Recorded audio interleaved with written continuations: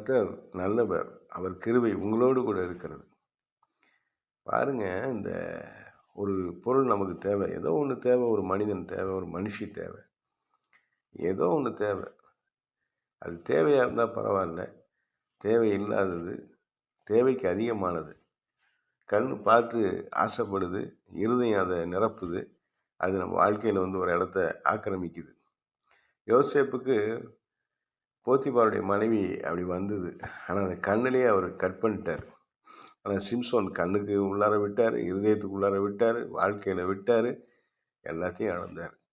சிம்சோன போல ஒரு பலசாலி எங்கேயுமே இல்ல. இனிமேலும் இருக்க முடியாது. அவர் எல்லாத்தையும் இழந்து போனார்.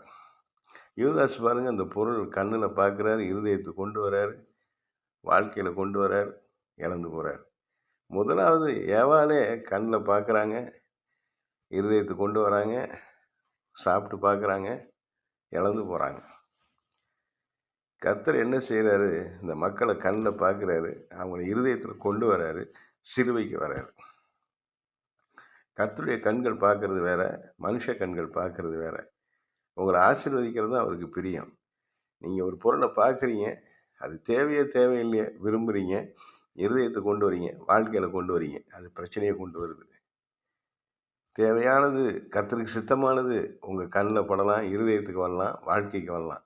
ஆனா தேவையில்லாதது, கர்த்தருக்கு பிரியமில்லாதது, கர்த்தருக்கு சித்தம் இல்லாதது, அது உங்க கண்ல பட்டு இருதயத்துக்குள்ளார இருந்து வாழ்க்கைக்கு வந்துட்டா, அது உங்க வாழ்க்கைய அழிச்சு போடும். உங்க ஆசீர்வாதத்த நொறுக்கி போட்டுரும். உங்க சமாதானத்த கெடுத்து போட்டுரும். உங்க சரீர சுகபலன் ஆரோக்கியத்த முற்றிலுமா அழிச்சு போட்டுடும். தேவையானது ஒன்றே, கர்த்தருடைய பாதம், கர்த்தருடைய சமூகம். நீங்கள் ஆசீர்வதிக்கப்பட்டவர்கள். நீங்கள் ஆசீர்வதிப்பதற்காகவே பிறந்தவர்கள். நீங்கள் தேவனுடைய வலது கரத்திலே பிள்ளைகளாய் ஆசீர்வாதமாய் இருக்கிறவர்கள். நீங்கள் செய்ய வேண்டியது என்ன? தேவ சித்தம் என்ன? என்னை குறித்து தேவனுடைய நோக்கம் என்ன?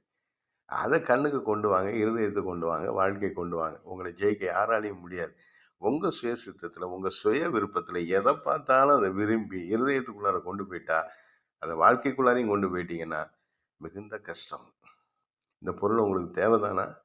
இந்த மனுஷர் உங்களுக்கு தேவைதானா? இந்த இடம் உங்களுக்கு தேவைதானா? இது உங்களுக்கு சரியானதா இருக்குமா? தகுதியானதா இருக்குமா? யோசிங்க. ஜெபிங்க. இந்த தேவ சித்தத்த அதிகமா அறிவதற்கு ஜெபம் முக்கியம். அதோட வேத வாசிப்பு ரொம்ப முக்கியம். பைபிள்ல நல்லா உட்கார்ந்து படிச்சு தியானிக்கணும், ஜெபிக்கணும், தேவ பிரசன்னத்த உணரணும், துதிக்கணும், ஆராதிக்கணும். பரிசுத்த வாழ்க்கைக்கு உங்கள ஒப்புக் கொடுக்கணும். நீங்கள் ஆசீர்வதிக்கப்பட்டவர்கள்.